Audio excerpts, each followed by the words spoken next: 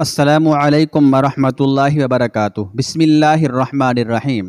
دولت عباسیہ کا وہ تاجدار مامون الرشید جس نے شیرواں کے عدل اور حاتم کی سخاوت کو دنیا کے دل سے فراموش کر دیا، سلطنت بغداد پر جلوہ افروز شہزادہ عباس مامون الرشید کا بڑا لڑکا طائفۃ النمل کے قریب شکار میں مصروف ہے۔ غروب ہونے والے آفتاب کی شعاعیں آب دجلہ کے قدموں میں لوٹ رہی ہیں۔ طائران خوش الہان کے نغمہ میں منہمک جو کنارے دریا پر وداع روز روشن کا مرثیہ پڑھ رہے تھے، ایک حسین عورت پانی کا گھڑا بھر رہی تھی۔ عباس اس کو دیکھ کر آگے بڑھا اور پوچھا، تو کون ہے اور کس خاندان سے تعلق رکھتی ہے؟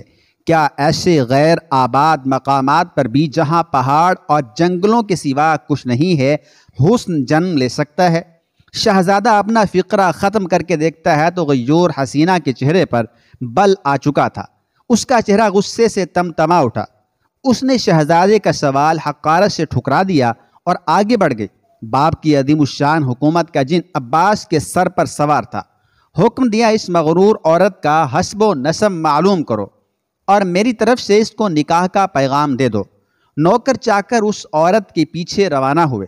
شہزادے نے اپنا شکار ملتوی کیا اور خیمے میں آ کر خاموش بیٹھ گیا۔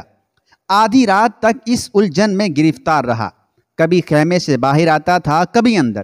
اتنے میں ایک خادم نے آ کر عرض کیا، حضور، عورت خاندان برامکہ کی لڑکی مغیرہ بنت ازدار ہے۔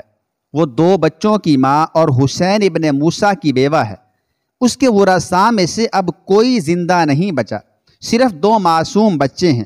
نکاح کا پیغام اس کے واسطے قیامت سے کم نہ تھا۔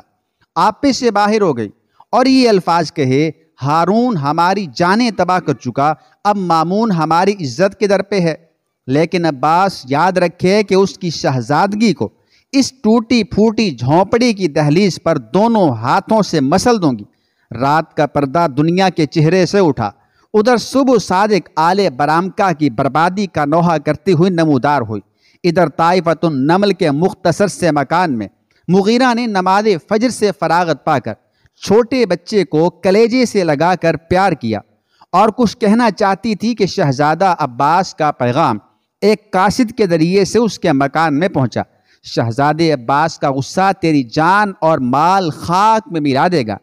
یہ مکان ضبط کیا جاتا ہے اور تجھ کو 2 گھنٹے کی اجازت ہے، یہ مکان خالی کر دے۔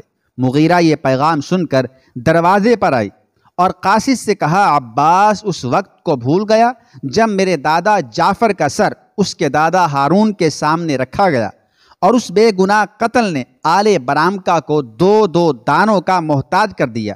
لیکن برام کی بیویاں مظالم عباسیہ کو جس تحمل سے برداشت کرتی آئی ہیں، تاریخ اس کو فراموش نہیں کر سکتی۔ اتنا کہہ کر مغیرہ ایک سفید چادر سر پر ڈال کر دونوں بچوں کو ساتھ لے کر باہر نکل گئی۔ 2 صدی ہجری ختم کے قریب ہے۔ مامون الرشید کا دربار گرم ہے۔ مامون کے پہلو میں عباس تخت نشین ہے۔ امراء اور وزراء خاموش بیٹھے ہیں کہ مظلوم مغیرہ جس کا چہرہ 14ویں رات کو شرماتا تھا لیکن اب ضعیفی کے آثار نمودار ہو رہے تھے، دربار شاہی میں حاضر ہوئی اور کہا، ایک بیوہ کا مکان صرف اس لیے کہ وہ اپنی عصمت کے محافظ تھی، سلطنت عباسیہ کو مبارک ہو۔ لیکن مامون الرشید، ایک دن اس بادشاہ کو بھی منہ دکھانا ہے جس کی سلطنت کبھی فنا نہ ہوگی۔ ایک ظالم کی تیرے پاس فریاد لائی ہوں، انصاف کر اور داد دے۔ تمام درباری عورت کا منہ تکنے لگے، مگر کسی کی اتنی ہمت نہ تھی کہ بادشاہ کی موجودگی میں اس سے بات کر سکتا ہو۔ مامون الرشید نے عورت سے کہا، اس ظالم کا نام بتا کہ وہ کون ہے۔ عورت نے کہا، شہزادہ عباس جو تخت شاہی پر آپ کے برابر بیٹھا ہے۔ آج مسلمان دنیا بھر کے عیوب کا مخزن ہو جائیں مگر یہ مردہ قوم کبھی زندہ بھی تھی۔ مامون کا چہرہ اتنا سنتے ہی غصے سے سرخ ہو گیا۔ اس نے چوبدار کو حکم دیا کہ عباس کو اس عورت کے برابر کھڑا کر دے تاکہ مدعی اور مدعا علیہ میں کوئی امتیاز نہ رہے۔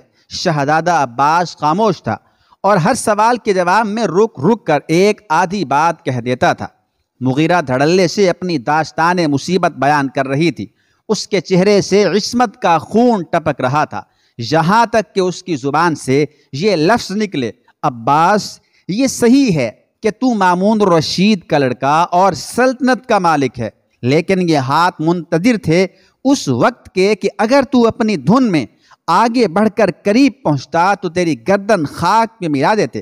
آل برامکا کی دولت عباسیوں نے پامال کر دی، مگر ہماری عصمت، ہماری عزت، ہماری ناموس وہ دولت ہے کہ ہم عباسی سلطنت کو اس پر سے قربان کر دیں۔